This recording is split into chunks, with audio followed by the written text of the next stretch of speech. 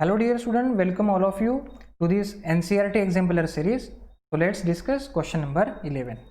The main function of abscisic acid which is present in the plant is to, और कुछ options दिए गए हैं यहाँ पे, that is increase the length of the cell, inhibit growth, promote cell division and promote growth of the stem. So let's discuss the main functions of the abscisic acid first and then we will discuss this question number 11. Okay so friend, not only abscisic acid, हम लोग सारे जो plants hormones होते हैं उनको discuss करते हैं, यानी कि इससे रिलेटेड कोई भी क्वेश्चन अगर आता है तो हम लोग उसका आसानी से आंसर दे सकते हैं.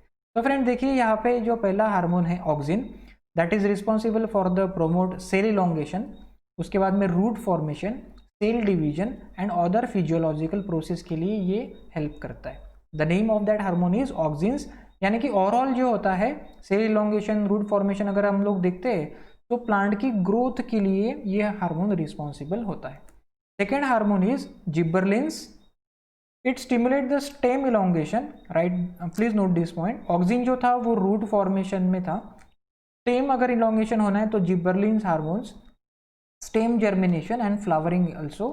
तो it is the opposite effect of ABA यानी एब्सिसिक एसिड, जो कि हम लोग बाद में डिस्कस करेंगे.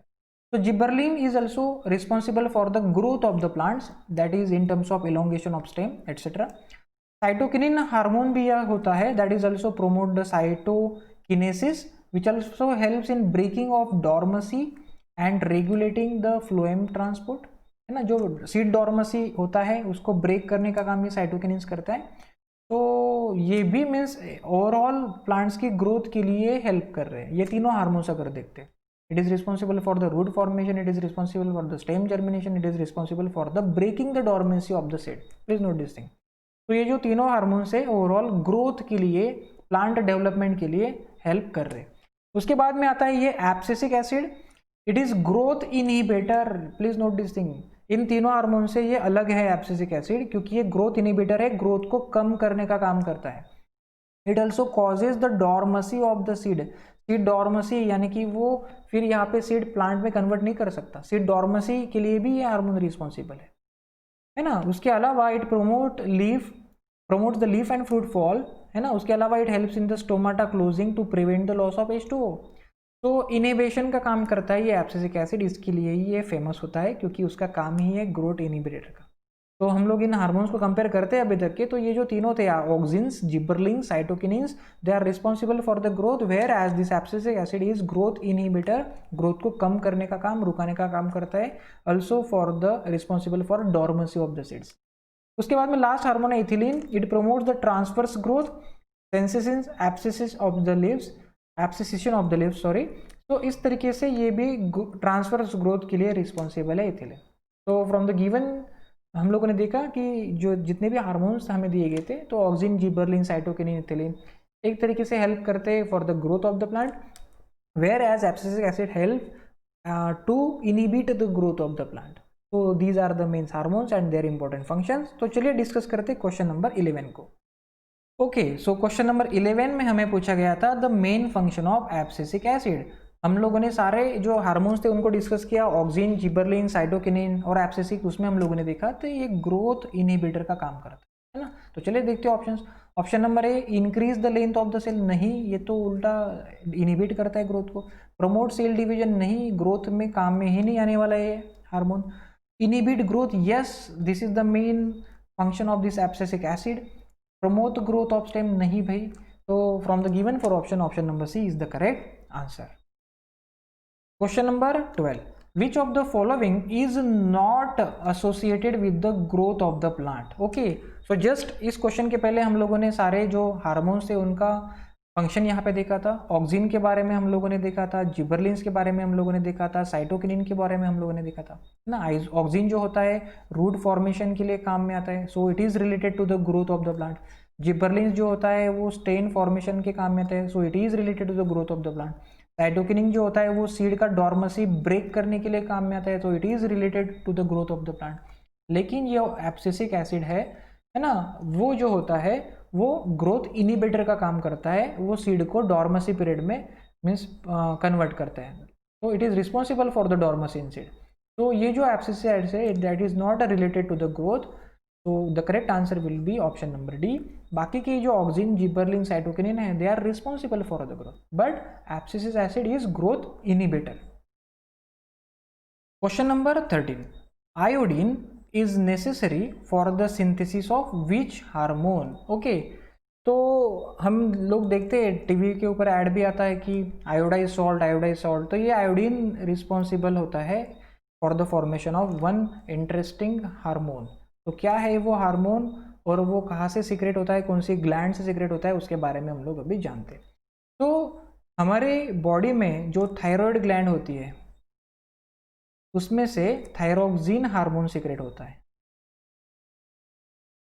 और ये हार्मोन सीक्रेट होने के लिए, बनने के लिए थायराइड को ज़रूरत होती है आयोडीन की। तो अगर आयोडीन नहीं होता है तो थायराइड ग्लैंड जो होती है वो थायरोक्सिन सीक्रेट नहीं कर पाती, और जिसकी वजह से, जिसकी डेफिशिएंसी से उस पर्टिकुलर पर्सन को गॉइटर यह डिसीज हो सकता है, जिसमें कि नेक स्वेलिंग हम लोग देख सकते हैं ना, नेक स्वेलिंग। तो the answer of this question is that हमें पूछा गया था iodine necessary for the synthesis of which hormone, that hormone is thyroxine, where it is secreted at the thyroid. तो the correct answer is option number B. तो चलिए मैं आपको diagram भी बता देता हूँ कि कहाँ पे होती है ये थायराइड ग्लैंड। तो फ्रेंड, इस डायग्राम में आप लोग सारे जो डिफरेंट ग्लैंड्स है विच is present in our body आप लोग देख सकते हो, लेकिन हमारा जो क्वेश्चन है that is particularly related to thyroid gland. तो यहाँ पे होता है इन द नेक, ये जो ग्लैंड होती है जिसको कि कहा जाता है थायराइड ग्लैंड, और यहाँ पे फिर वो थायरोक्सिन सीक्रेट होता है, लेकिन उसको सीक्रेट होने के लिए वहाँ पे आयोडीन की ज़रूरत होती है। वो अगर नहीं रहता है तो फिर गॉइटर डिसीज हो सकता है। तो that is all about this particular question. Question number 14, choose the incorrect statement okay about the insulin. So insulin से रिलेटेड यहाँ पे कुछ स्टेटमेंट हमें दिए गए हैं और हमें यहाँ पे इनकरेक्ट स्टेटमेंट को आइडेंटिफाई करना है। तो सबसे पहले इसको सॉल्व करने से पहले इंसुलिन के बारे में जानना ज़रूरी होगा। सो फ्रेंड, इंसुलिन जो होता है, इंसुलिन है ना, it is secreted by pancreas, और इस पैनक्रियाज से ये इंसुलिन जो सीक्रेट होता है उसका जो काम होता है, हमारी बॉडी में जो शुगर लेवल होती है उसको मेंटेन करने का, रेगुलेट करने का काम ये इंसुलिन करता है। तो अगर इंसुलिन कम मात्रा में सीक्रेट होता है तो हमारी बॉडी में शुगर लेवल इंक्रीज हो जाता है, जिसको कि हम लोग डायबिटीज़ इस डिसीज इस नाम से जानते हैं, और उस पर्सन को हम लोग डायबिटिक पर्सन इस तरीके से कहते हैं। तो इंसुलिन जो होता है वो शुगर रेगुलेट करने का काम हमारी बॉडी में करता है। Okay, so that's all about the insulin. देखते हैं फिर ऑप्शंस क्या क्या है, हमें इनकरेक्ट आइडेंटिफाई करना है। तो चलो सबसे पहले देखते हैं option number A, it is produced from the pancreas. Yes, this is the right statement, it is produced in the pancreas. It regulates growth and development of the body. No friends, this is the incorrect statement. हमें पता है कि growth और development of the body के लिए जो gland responsible है that is the pituitary gland, है ना। पिट्यूटरी ग्लैंड जो कि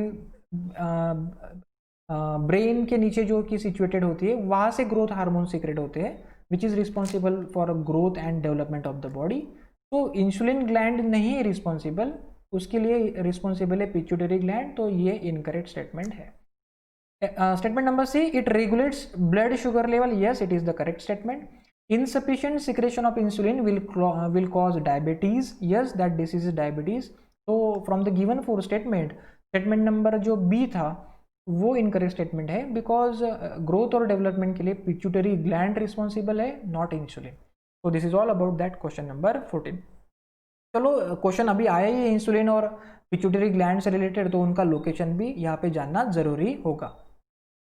तो फ्रेंड, इस डायग्राम में आप लोग देख सकते हो different glands and their position. इसके पहले वाले क्वेश्चन में हम लोगों ने थायराइड की पोजीशन देखी थी, अभी आया है इंसुलिन का सवाल। तो insulin is secreted by the pancreas. तो ये है पैनक्रियाज, जैसे कि आप लोगों ने लाइफ प्रोसेसेस में पढ़ा होगा, it is just below the stomach. यहाँ से सीक्रेट होता है इंसुलिन, और जो कि रेगुलेट करता है शुगर को। स्टेटमेंट में एक और ग्लैंड का भी वहाँ पे मीन्स नाम आया था, पिट्यूटरी ग्लैंड से रिलेटेड क्वेश्चन था। तो देखो यहाँ पे होती है ये pituitary gland just below the brain, और इस ग्लैंड से सीक्रेट्स जो होते हैं हार्मोन, जिसको कि ग्रोथ हार्मोन कहा जाता है, वो फिर बॉडी की ओवरऑल ग्रोथ को कंट्रोल करने का काम करते हैं। Okay, so that's all about this particular question. Question number 15, select the mismatched pair. Okay, mismatch pair हमें यहाँ पे आइडेंटिफाई करने हैं। चलो पेयर तो देख लेते हैं किससे रिलेटेड है।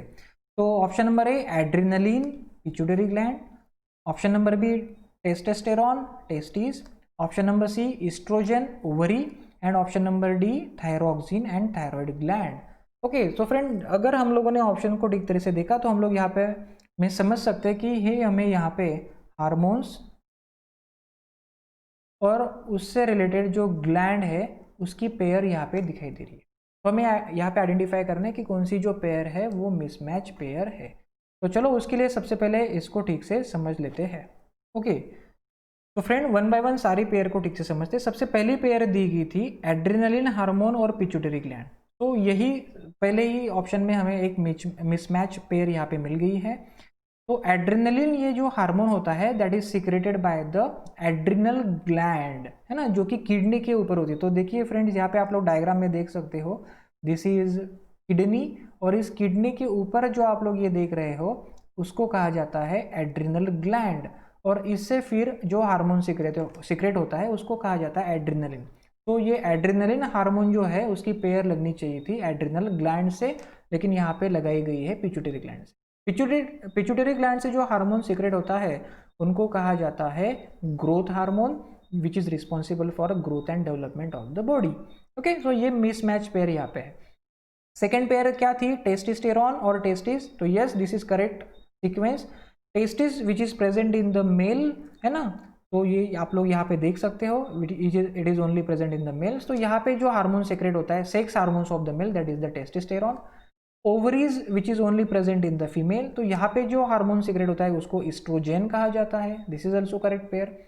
उसके बाद में हम लोगों ने देखा ही था कि थायराइड ग्लैंड में थायरोक्सिन हार्मोन सीक्रेट होता है, so that is also the correct pair. तो आपको यहाँ पे पोजीशन भी पता होनी चाहिए सारे ग्लैंड्स की, और उसमें कौन सा हार्मोन सीक्रेट होता है ये भी आपको यहाँ पे पता होना काफी जरूरी है। तो मिसमैच पेयर पूछी थी तो option number A is the correct answer.